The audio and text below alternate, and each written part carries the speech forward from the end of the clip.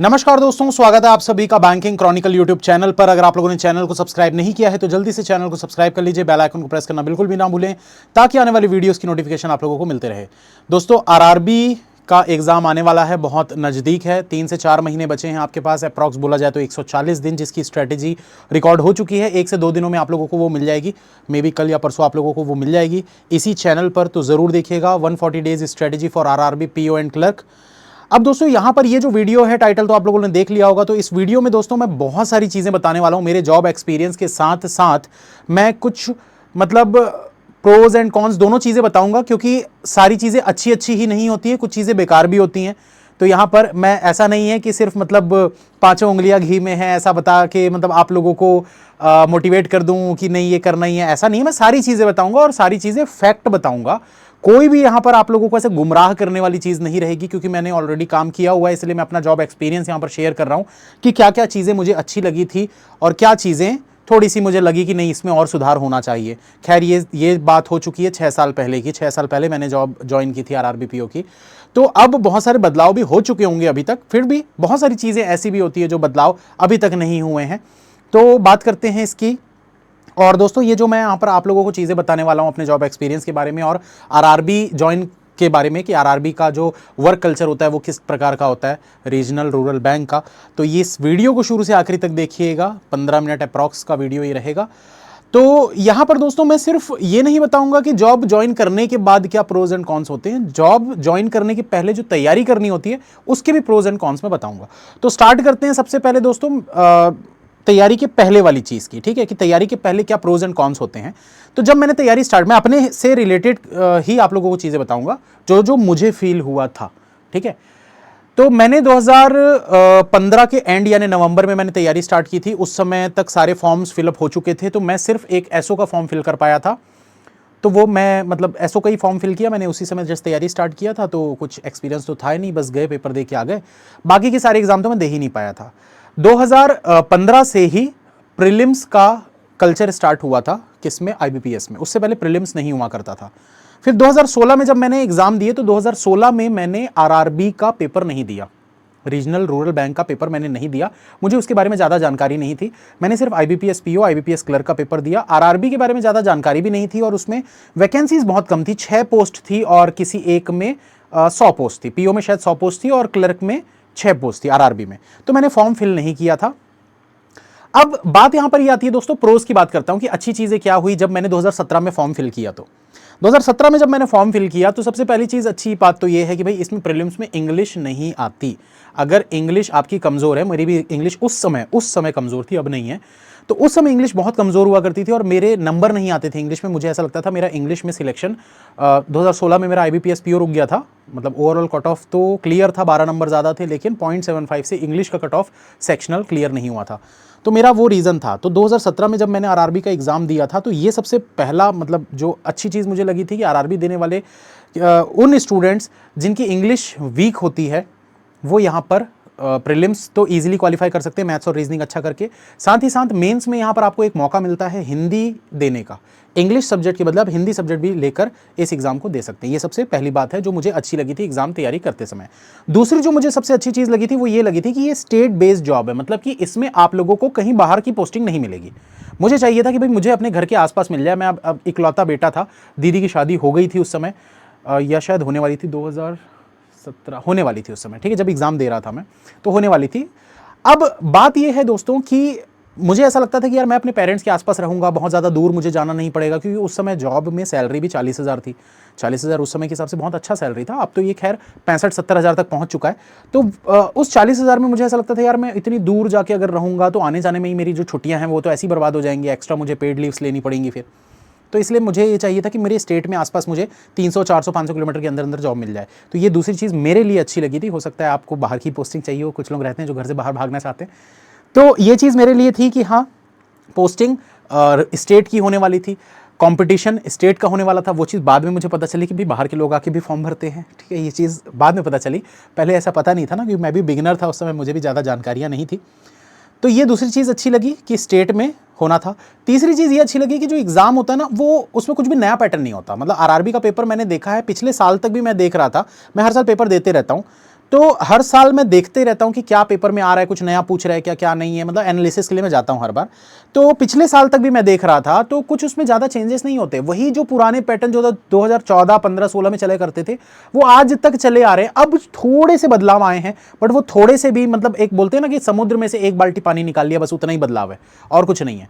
तो RRB PO के और क्लर्क के पेपर में जो भी आपको क्वेश्चंस दिखते हैं वो बिल्कुल उसी लेवल के होते हैं, उस टाइप के क्वेश्चंस होते हैं जो बहुत पहले आते थे, वही सिंपल सिंपल टाइप के, कुछ भी नए पैटर्न के क्वेश्चंस नहीं मिलते जैसे कि आईबीपीएस पीओ और एसबीआई पीओ में मिलते हैं। तो ये सबसे अच्छी चीज हो जाती है कि यहां पर जो डिफिकल्टी लेवल है पेपर का वो कम हो जाता है। तो जिन बच्चों को बहुत ज्यादा हाई लेवल के क्वेश्चंस नहीं बनते हैं उनके लिए ये पेपर बहुत ज्यादा आसान हो जाता है, बिगिनर्स के लिए बहुत ज्यादा आसान हो जाता है। तो ये तीसरी चीज मुझे अच्छी लगी थी प्रिपरेशन करते समय।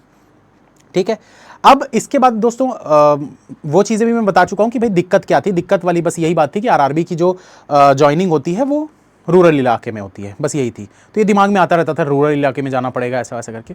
अब बात करते हैं जॉब के बाद वाली जो प्रोसेस है उसका, और जॉब के बाद में जो मेरा एक्सपीरियंस रहा है, तो क्या क्या चीज़ें प्रोज एंड कॉन्स थे जॉब में ज्वाइन करने के बाद। तो यहाँ पर दोस्तों अगर मैं बोलूँ तो सबसे पहली चीज़ कि मेरा एक्सपीरियंस कैसा रहा जॉब ज्वाइन करने के बाद, तो मेरा एक्सपीरियंस बहुत बढ़िया रहा, मुझे कोई भी तकलीफ नहीं थी। काफ़ी लोगों को ये लगता है जो अभी नए स्टूडेंट्स आ रहे हैं कि सर आपने जॉब क्यों छोड़ दी अगर कोई तकलीफ नहीं थी। तो दोस्तों मैंने ये चीज़ें बहुत पहले बताई हुई है, मैं फिर से एक बार नए स्टूडेंट्स के लिए बता देता हूँ। जब मैं बैंक ज्वाइन किया था उस समय ऑलरेडी मेरे यूट्यूब पे 60, 70, 80 हज़ार सब्सक्राइबर हो चुके थे। जॉब ज्वाइन करने के बाद वो 1 लाख भी क्रॉस हो चुके थे, और ऑलरेडी मैं एक फर्म के साथ काम कर रहा था। यूट्यूब पे मेरी अर्निंग आ रही थी ऑलरेडी, ठीक है। उस समय अप्रॉक्स मेरी अर्निंग 14-15 हज़ार रुपये आ रही थी, और दूसरी जगह से भी जहाँ मैं कर रहा था वहाँ से भी 20-30 हज़ार रुपये आ रही थी। तो 40 हज़ार की वहाँ जॉब थी, 40 हज़ार रुपये मैं ऐसे ही कमा रहा था, जिसमें मुझे घर पर बैठ के बस काम करना होता था।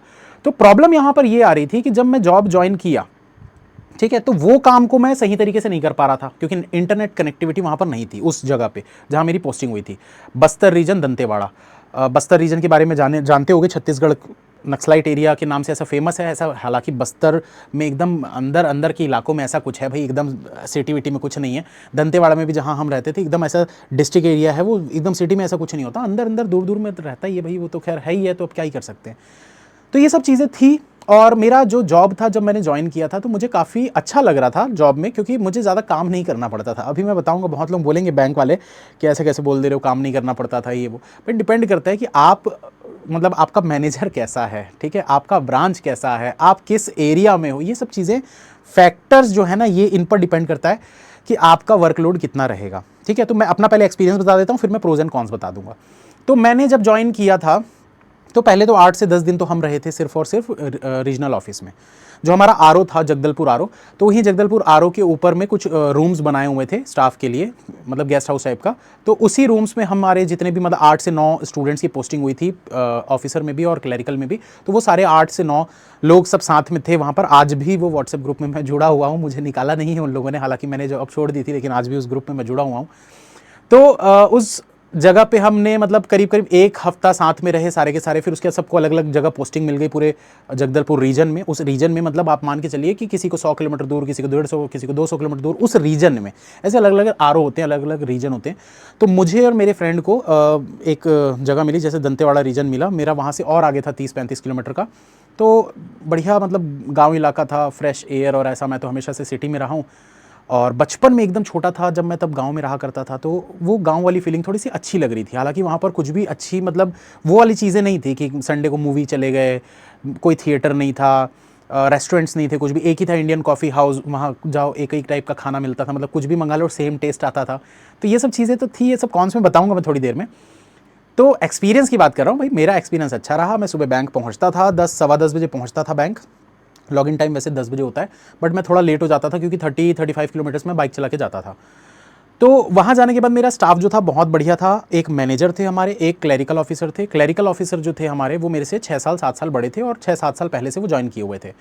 और जो हमारे मैनेजर थे वो मैनेजर भी ऑफिसर स्केल 1 ही थे, मैं भी ऑफिसर स्केल 1 ही था, लेकिन वो मैनेजर थे क्यों? क्योंकि आरआरबी में थोड़ा सा शॉर्टेज होती है किसकी? स्टाफ की। तो वो मैनेजर थे, वो पिछले 6-7 साल से क्लरिकल में काम करते। क्लरिकल से वो अपना प्रमोशन लेकर स्केल 1 बने थे, तो उनके पास एक्सपीरियंस काफ़ी अच्छा था, इसलिए उनको मैनेजर बनाया गया था।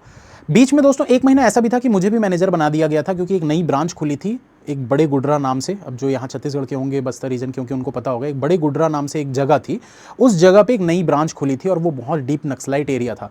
तो वहाँ पर मुझे मैनेजर भी बनाया गया था। 1 महीने मैंने वहाँ पर भी काम किया है।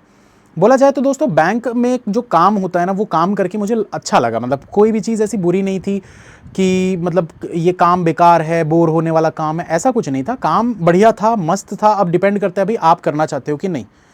मुझे सिर्फ एक काम बेकार लगता था, वो रिकवरी वाला काम। कौन सा रिकवरी? कि भाई लोग लोन तो ले लेते थे लेकिन रिपेमेंट नहीं करते थे, तो आपको उनके घर जा जाकर खोजना पड़ता था किसने पैसा दिया है, किसने पैसा नहीं दिया है। उनको रिक्वेस्ट करनी पड़ती थी आप इसका पैसा दे दो। आपको मतलब एक वन टाइम सेटलमेंट OTS करके होती है चीज़, जिसमें कि लोन लिए वाले बंदे को जाके बोलना होता था कि भैया ये पैसे को एक बार में दे दोगे तो इतना ही देना पड़ेगा, आपको पूरा नहीं देना पड़ेगा। तो ये सब चीज़ें करनी पड़ती थी, वो मुझे बेकार लगता था बहुत। लोन मतलब जो बोलते हैं ना उसको, वो वर्ड मैं भूल गया हूँ, मतलब रिकवरी, लोन रिकवरी, वो काम मुझे बस पसंद नहीं आता था। ऑफिस वर्क जितना भी होता था मुझे बहुत बढ़िया लगता था कि ऑफिस में बैठे रहो, बढ़िया जो भी काम करना है वहीं पर बैठे रहो, कहीं जाने की ज़रूरत नहीं है। तो ये काम मुझे बहुत अच्छा लगता था। लोन से रिलेटेड जो भी काम होते थे ना, वो मुझे ना तो समझ में आते थे, ना मुझे अच्छा लगता था, बहुत बेकार लगता था। अब बात यह है कि मैंने जॉब क्यों छोड़ी थी, तो उसके पीछे का जो मेन रीज़न था, वो मेन रीज़न ये था दोस्तों कि मैंने कभी जॉब का सोचा ही नहीं था। क्योंकि मेरा ग्रेजुएशन 2014 में कंप्लीट होने वाला था, बट मेरे बैकलॉग थे। 2015 में मेरा ग्रेजुएशन कंप्लीट हुआ। 2015 में भी ग्रेजुएशन कंप्लीट होने के बाद भी मैंने तैयारी कब स्टार्ट की? नवंबर में। अगर मुझे बैंक में जॉब करनी होती तो मैं बहुत पहले से तैयारी चालू कर देता, बट मुझे कोई जॉब वॉब करनी नहीं थी। मेरे अंदर ऐसा था कि भाई मुझे सेल्फ, मतलब बोलते हैं ना एक एंटरप्रेन्योर जो भी है भाई, अच्छा मेरी इंग्लिश अभी भी उतनी नहीं है कि मैं प्रोनाउंसिएशन बहुत अच्छा कर सकूं। तो मुझे एंटरप्रेन्योर बनना था, मुझे एक बिज़नेस करना था, लेकिन वो चीज़ हो नहीं पाई। कुछ रीजंस की वजह से मुझे मजबूरी में बैंक की तैयारी करनी पड़ी। करते करते जब मैंने यूट्यूब चालू किया तब मुझे पता चला कि यार मेरे अंदर टीचिंग स्किल्स है, लोगों को पसंद आता है मेरा पढ़ाना। तो वहाँ से फिर जो मतलब एक बोलते हैं ना डायरेक्शन पूरा चेंज हो गया। तो लाइफ में जो भी होता है ना कि हम कुछ भी करते हैं तो ऑटोमेटिक जब आप मेहनत करने लगोगे ना, तो ऊपर वाला आपको रास्ता दिखाता है कि हाँ आपको ये करते जाना है, करते जाना है, करते जाना, आप इसी में आगे बढ़ोगे। तो ये चीज़ आपको क्या करना है, आपको सिर्फ एक ही चीज़ करनी है, बस मन लगाकर मेहनत करो, दिल लगाकर मेहनत करो, बस ऊपर वाले पर छोड़ दो, जो भी है वो देख लेगा। उसने आपके लिए कुछ अच्छा सोच के रखा है और डेफिनेटली आपके साथ अच्छा होगा अगर आप उस पर विश्वास रखते हो। तो यही चीज़ करके मैं भी बस करता गया, तो आगे बढ़ते गए भाई इसमें। अब बात करते हैं दोस्तों प्रोज एंड कॉन्स की। ये मेरा एक्सपीरियंस था, मेरा एक्सपीरियंस अच्छा रहा। मुझे कोई भी चीज़ों में बैंक में प्रॉब्लम नहीं लगती थी, मतलब जिसमें लगती थी लोन वगैरह वाली चीज़ों में, वो मैंने बता दिया आप लोगों को। अब यहाँ पर बात करते हैं प्रोज एंड कॉन्स की, क्योंकि बहुत सारे लोग बोलेंगे कि बस अच्छा बता रहे हो, अभी तक बुरा नहीं बताया। तो पहले बुरा बता देते। बुरा क्या लगता था भाई? बुरा ये लगता था कि अगर आप RRB में ज्वाइन होते हैं, तो सबसे पहला जो सबसे बेकार चीज़ है वो क्या है? Rural area. किनके लिए बेकार है भाई? जो सिटी में रहने वाले लोग हैं, जो मेट्रो सिटीज़ में, बड़ी बड़ी सिटीज़ में रहते हैं। अब जैसे दिल्ली में रहने वाला बंदा जो हमेशा से दिल्ली में रहा है, बचपन से पूरा अभी तक दिल्ली में रहा है, अचानक से वो छत्तीसगढ़ में आके, क्योंकि दिल्ली में तो RRB है नहीं, तो आप मान लेते हैं वो छत्तीसगढ़ से फॉर्म भर देता है और छत्तीसगढ़ में उसको किसी एक गाँव में उसकी नौकरी लग जाती है। बेचारा पागल हो जाएगा वो। अगर तो उसको जॉब की रिक्वायरमेंट है और वो हर इन्वायरमेंट में सेटल होने के लिए रेडी है, तो कोई दिक्कत ही नहीं है। जैसे भाई मुझे जॉब से मतलब है, मुझे जॉब करनी, कहीं भी भेज दो, मुझे कहीं भी भेज दो, मैं जॉब कर लूंगा। मुझे बस जॉब करना है, पैसा कमाना है, काम करना है, पैसा कमाना है, खत्म बात। तो ऐसे जो लोग होते हैं उनको कोई प्रॉब्लम नहीं होती RRB ज्वाइन करने में। दूसरी चीज की अगर मैं बात करूं दोस्तों, तो दूसरी चीज क्या है? कौन सा भी मैं यहां पर कौन सी बात कर रहा हूं, ठीक है। तो इसमें क्या है दूसरी चीज कि जो इंफ्रास्ट्रक्चर होता है ना, वो उतना अच्छा नहीं होता। मतलब एक नॉर्मल बैंक में आप जब जाओगे अपने सिटी में, आप किसी भी एक बैंक में चले जाइए, जैसे SBI में ही चले जाइए, बढ़िया AC वेसी लगा होगा, चेयर वेयर बढ़िया मस्त लगी होगी, तो उस टाइप का होगा। बट हमारा जो बैंक था ना, वो किस टाइप का था? जो दुकानों के शटर होते हैं, आप लोगों ने देखे होंगे, ऐसे शटर होते हैं जैसे फोल्ड होके ऊपर चले जाते हैं। तो यहाँ एक शॉप थी, ये भी एक शॉप थी। इस शॉप से अंदर घुस के इस शॉप के पीछे वाले एरिया तक, मतलब ये तो जो शॉप है वो तो यहाँ तक थी ऐसे, इसके पीछे वाला पूरा ये एरिया इतना बड़ा ही है, पूरा ऐसे बैंक था ये। तो इंफ्रास्ट्रक्चर उतना कोई अच्छा नहीं था, बिल्कुल भी। मतलब बोला जाए तो बहुत अच्छा तो नहीं, क्या कुछ भी नहीं, ठीक ठीक था। मतलब वही पुरानी सी दीवारें, वही मतलब जाले लगे हुए, थोड़े बहुत सफाई वफाई कभी कभार हो जाती थी, हम खुद ही मतलब करवा दिया करते थे तो हो जाती थी, वरना नहीं होती थी। तो ये इंफ्रास्ट्रक्चर का थोड़ा सा प्रॉब्लम है। तीसरी चीज़ AC वेसी तो भूल जाओ, AC तो भूल जाओ, AC तो नहीं मिलेगा। AC बहुत मतलब हमारे ब्रांच में अगर मैं बात करूँ, मैं 6 साल पुरानी बात बता रहा हूँ भाई, ऊपर वाले की दया से अब थोड़ा इनका अगर अच्छा हो गया होगा, कर दिए होंगे तो अच्छी बात है, बट मुझे लगता नहीं है, क्योंकि अभी भी मैं जाते रहता हूँ मिलने किसी फ्रेंड वगैरह से जो ऑलरेडी पोस्टेड है रूरल बैंक में, तो नहीं है अभी भी, ठीक है। ये सब चीज़ें थोड़ी सी झेलनी पड़ती हैं दोस्तों। और मैं ऐसा नहीं बोल रहा हूँ कि हर ब्रांच में ऐसा होता है, कुछ कुछ ब्रांचेस में रहता है, कुछ ब्रांच में नहीं रहता है। 90% ब्रांचेस में नहीं रहता, 10% ब्रांचेस में रहता है। जैसे रीजनल ऑफिस वगैरह में आप लोगों को मिल जाएगा कि हाँ एसी वगैरह लगा है या कूलर वगैरह लगा है। हमारे ब्रांच में कूलर तक नहीं था। एक कस्टमर थे हमारे, काफ़ी अच्छे, मतलब बड़ा अकाउंट था उनका, मतलब लाखों करोड़ों का उनका ट्रांजेक्शन होता था। तो ये चीज़ उनकी थी कि भाई वो उन्होंने हमको एक कूलर गिफ्ट कर दिया था, तो वो कूलर लगा लिए थे हम, बढ़िया कूलर लगा के उसके सामने बैठते थे। तो गर्मियों में बहुत दिक्कत आती थी। मेरी ज्वाइनिंग भी मार्च में हुई थी, मतलब स्टार्टिंग से ही बहुत गर्मी, मार्च अप्रैल मई, छत्तीसगढ़ में वैसी बहुत गर्मी पड़ती है, अभी से ही हालत ख़राब हो गई है। तो ये चीज़ है। चौथी चीज़, गर्ल्स के लिए अगर मैं बोलूँ तो गर्ल्स के लिए प्रॉब्लम क्या चीज़ है, वॉशरूम नहीं है अच्छा। ये थोड़ी सी प्रॉब्लम मुझे लगी थी। भैया वॉशरूम हमारा बिल्कुल बेकार था, मतलब था ही नहीं, वॉशरूम के नाम पे कुछ नहीं था। एक छोटा सा रूम था और बस उसमें एक पीछे ऐसे नाली टाइप का तोड़ के निकाल दिया गया था, बस। और पानी आता था सुबह, 2 मतलब बकेट भर के वहां पर रखे रहते थे। किसी दिन बकेट नहीं भरे तो हो गया। तो समझ रहे हो, मैं पूरा डिटेल में नहीं घुसूंगा अभी। वॉशरूम की कंडीशन बहुत बेकार थी, एडजस्ट करना पड़ता है ये सब चीज़ों में। लड़कियों के लिए तो बहुत ज़्यादा प्रॉब्लमेटिक ये चीज़ है। मतलब हमारी ब्रांच में लेडी स्टाफ को तो भेज ही नहीं सकते थे, ऐसा ब्रांच था वो। वहाँ पोस्टिंग किसी लेडी की हो ही नहीं सकती थी। ज़्यादातर आरआरबी में, वैसे छत्तीसगढ़ में मैंने देखा है कि ज़्यादातर लेडीज़ को अगर पोस्ट किया जाता है तो उनको या तो आरओ में पोस्ट किया जाता है या फिर उनको सिटी वाले ब्रांचेस दिए जाते हैं। ऐसे रूरल वाले ब्रांचेस नहीं दिए जाते, छोटे छोटे ब्रांचेस नहीं दिए जाते।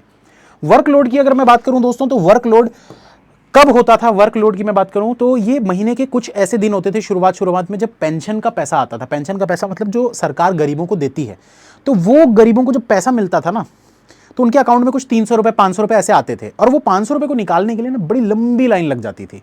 तो उसमें बड़ा दिक्कत आता था।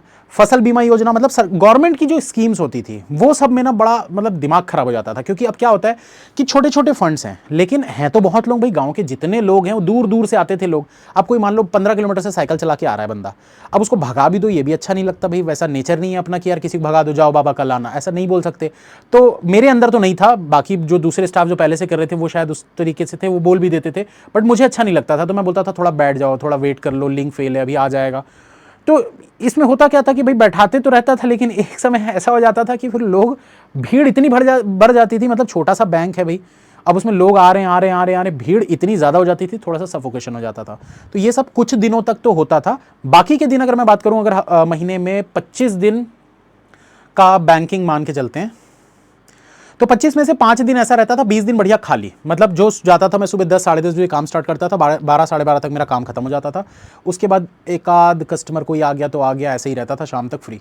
4 साढ़े 4 बजे बैंक क्लोज हो जाता था अपना, मतलब कस्टमर डीलिंग के लिए। उसके बाद जो काम होता था वो अपना बैकएंड वाला जो काम होता था, लोन वोन का और रिकवरी का और ये सब चीज़ें जो हम देखते रहते थे बैठ के, तो वो सब चीज़ें अलग रहती थी। तो मतलब काम का प्रेशर अगर मैं बोलूँ तो मेरे बैंक में तो कम था। इसका मतलब ये नहीं है कि बैंक में प्रेशर कम है, तो ये चीज़ बिल्कुल मत समझिएगा कि बैंक में प्रेशर कम है। बैंक में प्रेशर बहुत ज़्यादा रहता है, डिपेंड करता है आपकी ब्रांच कौन सी है। अब हमारी ब्रांच जो थी भाई, वो ब्रांच थोड़ी रूरल थी, कम अकाउंट थे, तो ये थोड़ा सा वो था। अब यहाँ पर बात करते हैं एक और चीज़ की, जो लिमिट होती है ना, लिमिट मतलब इन द सेंस में आपको बताऊं कि हमारा जो बैंक था, उस बैंक की लिमिट क्या थी, सिर्फ 5 लाख रुपए लिमिट थी, सिर्फ 5 लाख। मतलब हमारे बैंक में 5 लाख रुपए से ज़्यादा तिजोरी में नहीं होना चाहिए। 5 लाख से अगर 10 रुपए भी ज़्यादा हो गया तो हमको तुरंत भागना पड़ता था एसबीआई, क्योंकि एसबीआई हमारा स्पॉन्सर बैंक था, ठीक है। तो जैसे ही 5 लाख से थोड़ा ज़्यादा हो जाता था, हमको भागना पड़ता था फिर वहाँ, वो 10 रुपए लेके ले जाके वहाँ जमा करवाना पड़ता था। और मान लो वहाँ जमा करवा के हम जैसे ही आए, कोई बंदा आ गया 6 लाख रुपए का चेक लगा दिया, फिर वापस भागो वहाँ पैसा लेके आओ 6 लाख। तो ये थोड़ा सा, इसको बोलते हैं अरे यार इसका वर्ड भूल गया मैं, चलो कोई बात नहीं, अब 6 साल हो गए तो भूल जाता हूँ यार, इतना थोड़ी याद रहेगा 6 साल बाद। तो ये जो पैसा होता था ना, इसको लेके जाना फिर लाना, तो ये दिन में कभी कभार 2-2 3-3 4-4 बार भी करना पड़ जाता था। सबसे ज़्यादा प्रॉब्लम आती थी बरसात के समय में, एकदम हैवी, एक तो क्योंकि जंगल वाला इलाका है, थोड़ा सा हैवी रेनफॉल हो रही है, और उसमें फिर वहाँ तक जाना, फिर वहाँ से वापस आना, इतने सारे कस्टमर्स को डील करना, तो ये सब चीज़ों की थोड़ी देखो प्रॉब्लम तो रहती है, हर जगह प्रॉब्लम रहती है, लेकिन मज़ा आया यार। मतलब मैं यही बोलूँगा, एक्सपीरियंस जो था ना, ज़बरदस्त एक्सपीरियंस था। एक काउंटर की इस तरफ वाला एक्सपीरियंस तो हम जो हमेशा लेते ही रहते हैं, काउंटर के उस पार वाला एक्सपीरियंस का बात ही कुछ और रहती है। जब आप बैंक ज्वाइन करोगे मज़ा आ जाएगा, ये मेरी गारंटी है। अब बात करते हैं दोस्तों कुछ अच्छी चीज़ों की। अच्छी चीज़ें क्या थी, तो अच्छी चीज़ों में वैसे तो कॉन्स में बोला जाए तो और छोटी छोटी बहुत सारी चीज़ें हैं यार। अब कितना मतलब बुराई नहीं करनी चाहिए, जहाँ आप जॉब कर रहे हो, जहाँ से आप पैसा कमा रहे हो, उसकी बुराई ज़्यादा नहीं करनी चाहिए, ऐसा मेरा मानना है। बाकी अगर आप करना चाहें नीचे कमेंट में तो लोग करेंगे यार, पढ़ लेना, फिर मैं क्या बोलूँ। मेरा ये मानना है भैया, जहाँ से लक्ष्मी आ रही है ना, जहाँ जिस जगह से आप पैसा कमा रहे हो, आपका घर बार चल रहा है, उस जगह की बुराई नहीं करनी चाहिए मेरे हिसाब से। तो इसलिए ज़्यादा बुराई नहीं करेंगे। छोटी छोटी चीज़ें बता दिया मैंने जो बुराई भी नहीं है, ये प्रॉब्लम्स हैं जो कि सुधार होनी चाहिए और हो भी जाएंगी बहुत जल्द, मेरे को लगता है ऐसा, अब डिपेंड करता है। ठीक है, तो अब बात करते हैं अच्छी चीज़ों की। अच्छी चीज़ें क्या थी? तो अच्छी चीज़ों में ये था दोस्तों कि आरआरबी में जब आप स्केल 1 ऑफिसर में ज्वाइन करते हैं, ठीक है, स्केल 1 में आप अगर ज्वाइन करते हैं, अभी आप 2 साल काम करते हो, आप स्केल 2 के लिए एलिजिबल हो जाते हो, आप स्केल 2 का डायरेक्ट पेपर दे सकते हो, मतलब सीधा आप क्या बन सकते हो, स्केल 2 ऑफिसर बन सकते हो, जो कि प्रमोशन अगर आप लेके करोगे तो 5-6 साल लग जाएंगे। आप सीधा आरआरबी का स्केल 2 का ऑफिसर 2 साल के बाद आप भर सकते हो, भरो, पेपर दो, एग्जाम क्रैक करो, स्केल 2 बन जाओ। 5 साल का एक्सपीरियंस जैसे ही आपका हो जाएगा, आप स्केल 3 का पेपर दे सकते हो, स्केल 3 में आप सीधा ज्वाइन कर सकते हो। सीधा एक हमारे रहते रहते में एक सर आए थे जिनकी एज थी 34 ईयर्स, वो मात्र 34 ईयर्स की एज में स्केल 3 ऑफिसर बन गए थे, मतलब सीनियर मैनेजर बन के आ गए थे। उनकी सैलरी अप्रॉक्स 80-90 हज़ार रुपये थी उस टाइम पे, जब मेरी 40 थी तब उनकी 80-90 थी। तो अभी अगर पीओ की 60-65 हज़ार है तो मतलब उनकी सोच लो 1,30,000 के आसपास अप्रॉक्स होगी उनकी सैलरी इतनी। तो ये चीज़ बहुत अच्छी चीज़ है कि आप डायरेक्ट आगे आगे बढ़ते जा सकते हो। मेहनत आपको करते रहनी पड़ेगी, पेपर वगैरह जो होता है दोस्तों वही सब चीज़ें होती है, रीजनिंग की, मैथ्स की, वही चीज़ें, DI, puzzle, number series, same वैसी ही चीज़ें होती है स्केल 2 स्केल 3 में भी। थोड़ी वैकेंसी कम रहती है, बस ये है। पॉजिटिव साइड सोचोगे तो बहुत है सोचने के लिए, नेगेटिव सोचोगे तो हज़ारों लाखों चीज़ें हैं भाई, फिर तो बैठे रह जाओ घर में, कुछ मत करो, फिर तो कुछ नहीं करना है फिर तो ये वाली चीज़ है। अगर आपके अंदर पॉजिटिव थिंकिंग थोड़ी सी भी है तो डेफिनेटली आप किसी भी जॉब की तैयारी करोगे, कोई आपको प्रॉब्लम नहीं आएगी। तो ये एक अच्छी चीज़ थी भाई कि आप इसमें बढ़ सकते थे आगे। दूसरी चीज़ क्या है कि जब आप इसमें बैंक में ज्वाइन करते हो ना, तो अगर आपकी रूरल पोस्टिंग होती है ऐसे एरिया में जो थोड़ा छोटा एरिया है, तो यहाँ ज़्यादा लोग नहीं आते, तो आपका जो काम होता है ना वो बहुत लिमिटेड हो जाता है, बहुत ज़्यादा काम नहीं होता। अब ये चीज़ कितने लोगों के साथ हो सकती है भाई? मान के चलो कि अगर 100 ब्रांचेस है तो 100 में से 70 ब्रांचेस ऐसे होते हैं जो छोटे एरिया वाले होते हैं, और इन ब्रांचेस में अगर आपकी पोस्टिंग मिलती है, आप दिन भर खाली बैठे रहोगे। महीने में 5 दिन आपको एकदम रगड़ के मेहनत करनी पड़ेगी, दिन और रात, मतलब 1 मिनट मतलब पल के झपकाने का समय ना मिले, ऐसा टाइप का बोलने वाली बात है, मतलब खाना खाने का भी समय ना मिले, इस टाइप का होता है 4 से 5 दिन। लेकिन बाकी के दिन बड़े आराम से निकलते हैं, दिन में 2-2.5 घंटे 3 घंटे का काम होता है, बाकी टाइम आप फ्री रहेंगे। किन ब्रांचेस में? 60 से 70 ब्रांचेस, जो थोड़ी छोटी ब्रांचेस हैं। बड़ी ब्रांचेस में तो बहुत ज़्यादा समय लगता ही है, वहाँ स्टाफ भी खैर ज़्यादा होता है। अब इसमें एक चीज़ क्या होती है कि भाई अगर आप इसमें एक क्या बोलते हैं उसको यार, ना कुछ वर्ड्स से यार, बैंकिंग वाले वर्ड्स से जो कि ना अब 6 साल हो गए ना, तो मुझे दिमाग में एकदम से क्लिक नहीं कर रहे हैं, लेकिन थोड़ा सा अगर मैं रुकूंगा, याद करूंगा तो आ जाएगा। डेपुटेशन, हाँ, एक होता है डेपुटेशन। क्या होता था कि जैसे ना मान लो मेरे ब्रांच मैनेजर हैं, मैं ऑफिसर हो गया, ठीक है, पीओ हो गया और एक क्लर्क हो गया, तो 3 का स्टाफ हमारा रहता था। किसी भी बैंक को चलाने के लिए 2 स्टाफ की ज़रूरत होती है। अब जैसे मान लो हमारे क्लरिकल ऑफिसर को छुट्टी पे जाना है, ठीक है, ये छुट्टी पे जा रहे हैं, तो हम 2 लोग काम कर रहे हैं, ठीक है। अब मान लो इसको भी अगर छुट्टी पे जाना है, इसको भी अगर छुट्टी पे जाना है, तो अकेले से तो काम होगा नहीं, बैंक चलेगा नहीं भाई। किसी भी बैंक को चलाने के लिए 2 लोग चाहिए ही होते हैं, ठीक है। तो अब मैं अगर मान लो अकेला हो गया, दोनों को छुट्टी पे जाना है और छुट्टी पे जाना ही है उनको, तो क्या होता था? डेपुटेशन होता था। तो ऐसा सपोज कर लेते हैं कि ये कोई एक्स ब्रांच है, दूसरा वाला ब्रांच है, ठीक है, और मेरा ये ब्रांच है, बीएम क्लर्क और मैं पीओ, ठीक है। तो ये कोई दूसरा ब्रांच है जिसमें 2 लोग छुट्टी पे जा रहे हैं। अब ये अकेला हो गया, इसको एक साथी की जरूरत है, तो क्या करते थे कि यहां से किसी एक को डेपुटेशन पे भेज देते थे। तो जैसे डेपुटेशन पे ज़्यादातर लोग जो लोकल रहते हैं वो जाना पसंद नहीं करते, जिनका घर वहीं पर है, सब कुछ है, वो जाना पसंद नहीं करते। अब मैं तो गया था भाई, रेंट पे रह रहा था, चले जाएंगे, क्या ही दिक्कत है। तो हम जाते थे यहाँ पर। उस टाइम पे एक डेपुटेशन का 600 रुपये दिन का मिलता था, और आने जाने का जो खर्चा होता था वो अलग मिलता था। जैसे मान लो 40 किलोमीटर जाना, 40 किलोमीटर आना, तो 80 किलोमीटर का 4 रुपीज़ के हिसाब से 8 चौक 32, 320 रुपये पेट्रोल का मिलता था। मतलब एक दिन में 920 रुपये एक्स्ट्रा मिल जाते थे हमको। और मान लो अगर ये बंदे लोग 6-8 दिन के लिए गए हुए, तो 6-8 दिन के हिसाब से इतना पैसा एक्स्ट्रा मिल जाता था। तो ये सब चीज़ें एक्स्ट्रा इनकम का सोर्स बन जाती थी, क्योंकि स्टाफ कम रहता था। पर दिक्कत, ये अच्छी चीज़ तो है कि भाई पैसा एक्स्ट्रा मिल रहा है, लेकिन प्रॉब्लम भी होती थी कि भाई अगर आपको छुट्टी पे जाना है पर डेपुटेशन पे आने के लिए कोई तैयार नहीं, तो आपकी छुट्टी भी कैंसिल हो जाएगी। जहाँ कुछ अच्छा है वहाँ कुछ बुरा भी है। हर चीज़ अच्छी नहीं होती और हर चीज़ बुरी भी नहीं होती।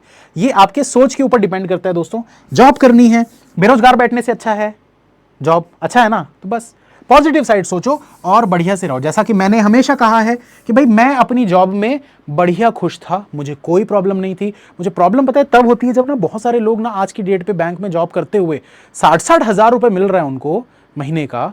60 हज़ार रुपये महीने का मतलब अप्रॉक्स वो जाते हैं बैंक 22 दिन 23 दिन, 22-23 दिन का 60 हज़ार मिल रहा है, मतलब लगभग 2500-2600 रुपये दिन का मिल रहा है उनको। फिर भी वो इतनी कंप्लेन करते हैं, फिर भी इतनी कंप्लेन करते हैं कि ऐसा है वैसा है, बेकार है, ये है वो है। मुझे समझ नहीं आता क्यों। यार एक बार ना थोड़ा सा बाहर निकल के ना उन लोगों को देखो जो दिन के 500 रुपए भी नहीं कमा पाते हैं।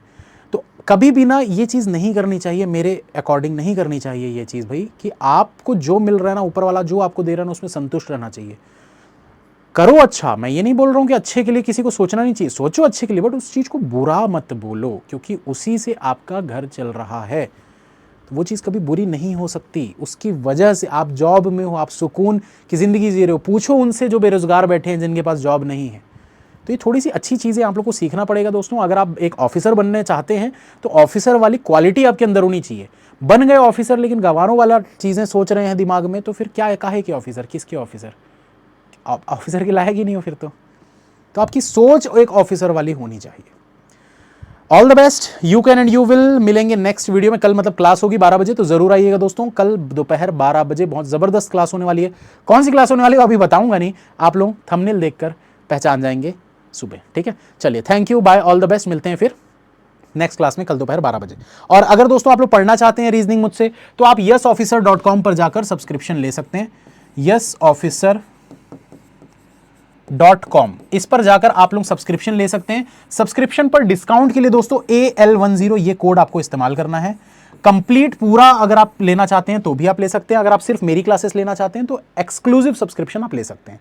कंप्लीट में आपको इंडिया के बेस्ट टीचर्स मिल जाएंगे, मैथ्स, रीजनिंग, इंग्लिश, जीके के लिए सारे टीचर्स आपको अवेलेबल हो जाएंगे यहीं पर। ठीक है, और मैं क्या क्या पढ़ाता हूँ, मैं पढ़ाता हूँ रीजनिंग और DI की क्लासेस जो हैं अभी सिर्फ 15 से 20 हुई हैं, ज़्यादा क्लासेस नहीं हुई हैं, बट रीजनिंग की बहुत सारी क्लासेस हो चुकी हैं और रीजनिंग अभी कंटिन्यू भी चल रहा है। मेंस चल रहा है सुबह 10:30 बजे। मिलते हैं फिर कल। लाइक ज़रूर करना और कमेंट करके बताना इस पूरे वीडियो में क्या अच्छा लगा। ये ज़रूर बताना कमेंट करके कि पूरे वीडियो में क्या चीज़ अच्छी लगी, और क्या आप तैयार हैं ज्वाइन करने के लिए किसी भी हालत में। कुछ भी हो भाई, हमको जॉब से मतलब है, हमको सिर्फ जॉब चाहिए, तो कमेंट ज़रूर करिएगा। All the best, you can and you will, अगर आप चाहो तो।